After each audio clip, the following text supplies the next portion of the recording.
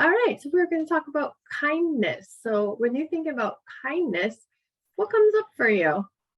I guess to begin with, the first thing that comes up is a feeling, and it's a feeling of real sort of, warmth and generosity, right? And I think for me, kindness is all about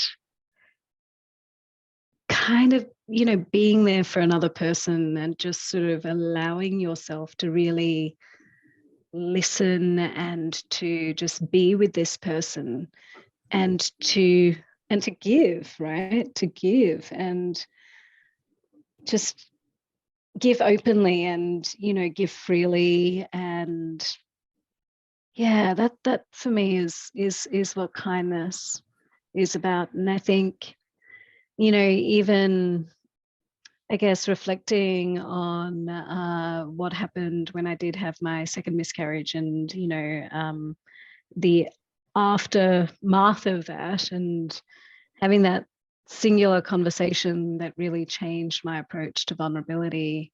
Yeah, because you weren't sharing that with people. You were just sort of hiding out on it. I wasn't. Finally, somebody said, what? Yeah, they said, "Are you okay? And you don't seem like yourself." And I was like, wow. In that moment, she did me such a kindness, that was compassion for where I was at and really listening, and not just listening to what I was saying, but listening to what I wasn't saying, right? Because that's equally important, because you can listen with all your senses, right? And sometimes it's about what's going on in a person's body, or just that, sometimes there's just a feeling in the air, right? That, something's off. Right.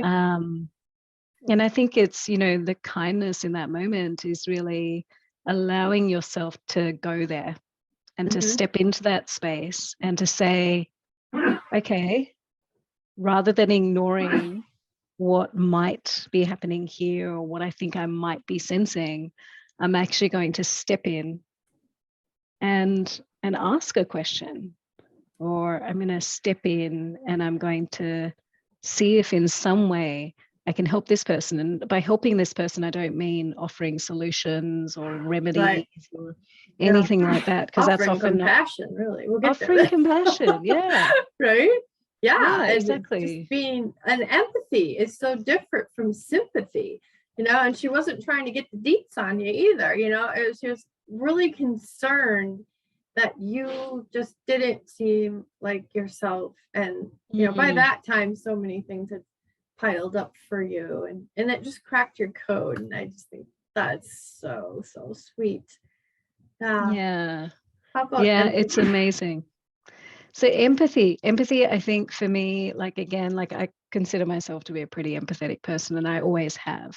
But it's really that again, that sort of idea of just being with a person. And I think often, and I think this is something some people struggle with when it comes to situations like grief and loss and,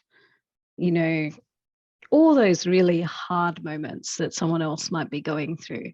Right. Because they're difficult. They're difficult to deal with, right? But, empathy in that moment to me looks like sitting there with this person. Yeah. And sometimes it might just be sitting there with this person and it's just going, I'm just going to feel with you. And by feeling with you, obviously there are boundaries, and you need to maintain some boundaries when it comes to empathy, because otherwise you can fall into a well of emotion and then you're not helping anyone, right? Because you're down with them deep in this emotional well, right? With no way out. But if that's you the can, empathic part. Yeah, exactly. Exactly. But if you can kind of sit there and you can go, okay, I'm here. I'm here with you. That's really what it is. Yeah.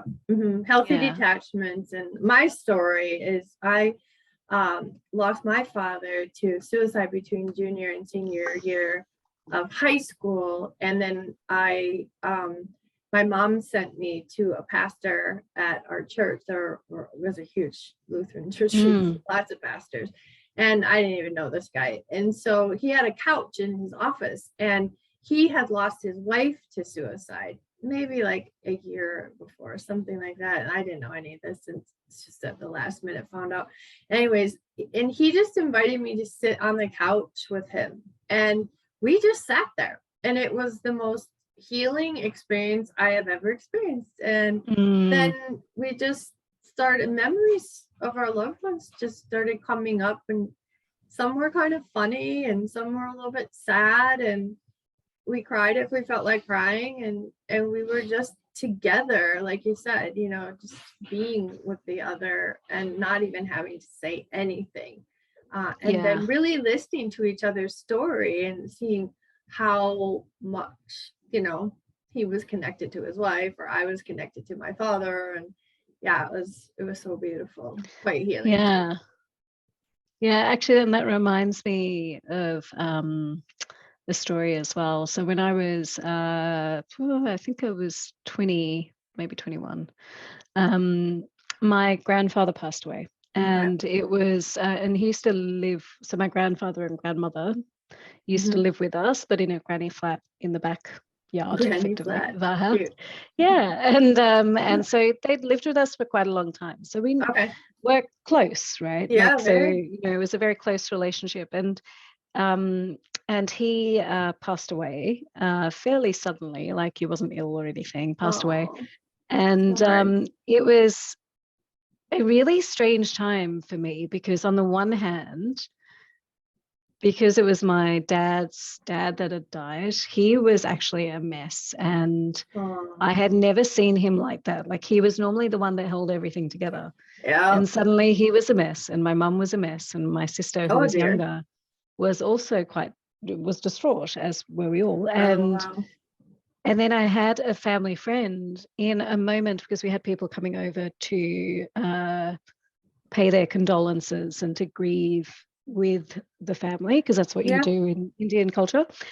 And so this family friend, I don't even remember who it was. I just remember what they said. They said to me, they pulled me aside and they said, "You've got to be strong here for everyone else." I decided that on my own. My mom was crying, my brother was crying. Like, okay, I won't be the one to cry. Yeah, and it was, I just, you know, it was really hard, because in that moment I was like, oh, I can't cry. Okay, I'm just gonna pick myself up and just help everyone else, right? And so I just kind of, you know, then went through things, just doing and just organizing and just helping and just crying in moments where no one saw me. So someone asked me to get something from their granny flat, and I went out, and I remember I went out and I saw my granddad's shoes outside the granny flat. And it was just this moment of, you know, that realization you have when someone's gone, where you're like, absolutely, everything's as it was. Nothing has changed. Nothing has moved. And this is just such a reality, you know, it's just a reality check that this has actually happened. And I remember walking in, trying to be calm, walking in and just collapsing onto the floor in this granny flat and just bawling. Right? Because I couldn't bawl in front of people, so I needed to bawl by myself. And so you played that out with your miscarriages too. Think about it. And I played that out with my miscarriages. And then I remember the thing that was wonderful, and why I remembered empathy, is because a lot of my friends, because I was at uni at the time, so a lot of my friends like just kind of avoided me. Right? During that time, like they didn't reach out. Like there was just radio silence. But then one of my friends at the time did reach out, and she came over, and I can't even remember. I think she brought some food, maybe something or other. And she just sat there with me. And I was just like, oh, you know, this is what I needed. I needed someone to, in this moment, reach out to me and to kind of go, I understand. And even if I don't understand, I understand. Right. And I will be here and do whatever. And she was just talking to me about random stuff, you know, like it wasn't necessarily, you know, so this must be say hard. the wrong thing. It was just, let's just sit with you and just, you know, if you want me to talk, I'll talk. And if you want me to be quiet, I'll be quiet.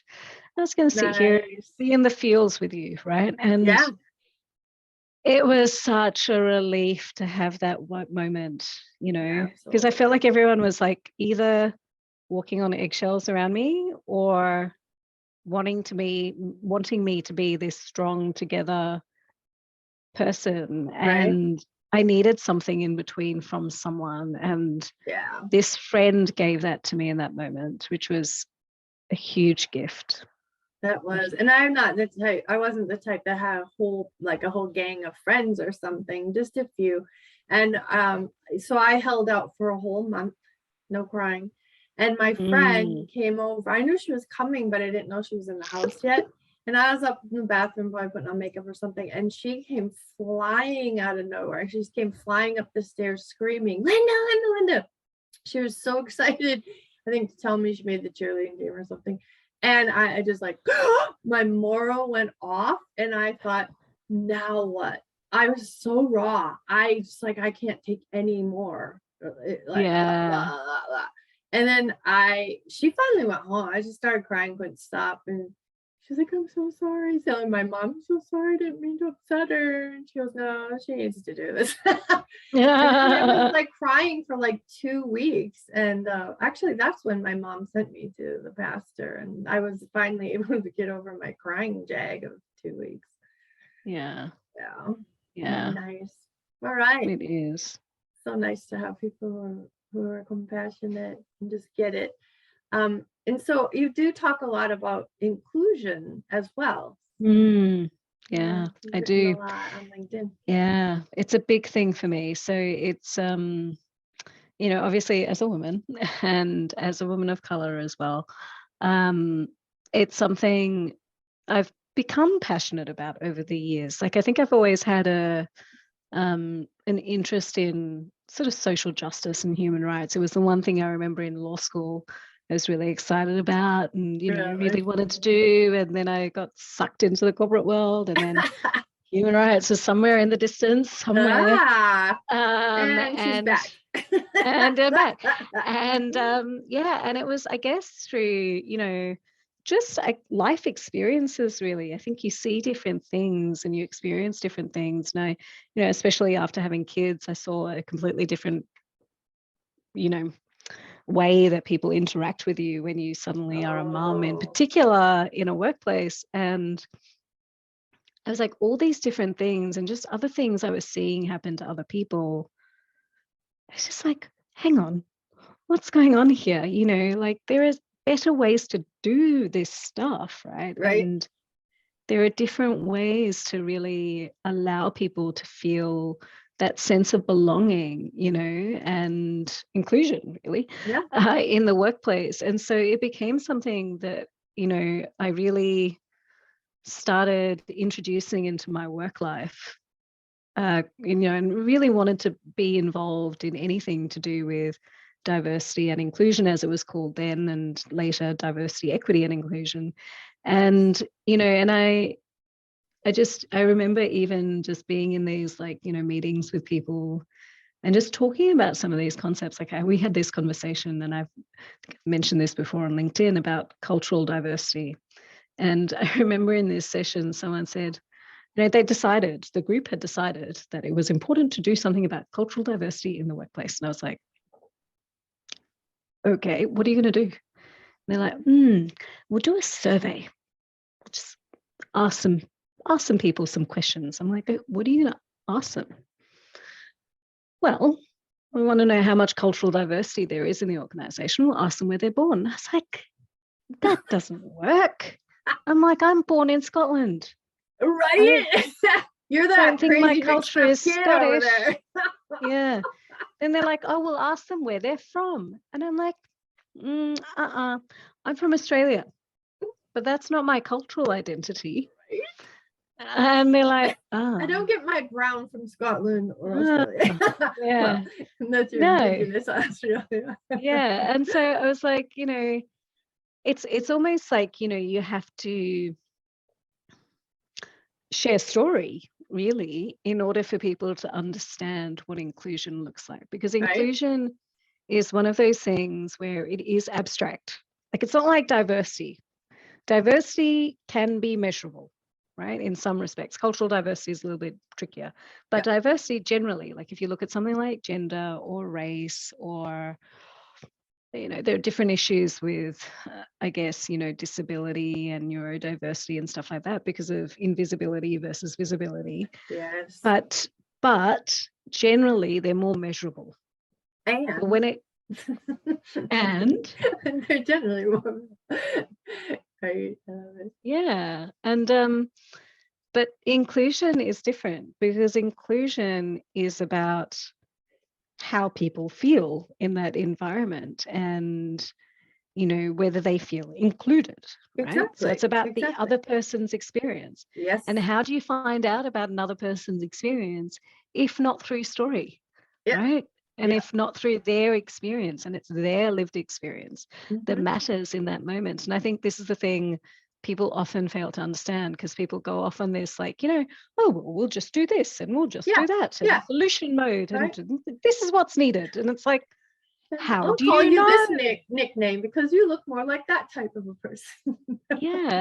Or but pronouns, people don't like, know. oh, well, why would you want that for a pronoun? Why don't you have this for a pronoun? It's like, excuse me? Exactly. Or even like people first language, it's like child with ADHD or person with ADHD, and you say with, so you see the person and not the disability, and then the autistic population comes along going, oh, no.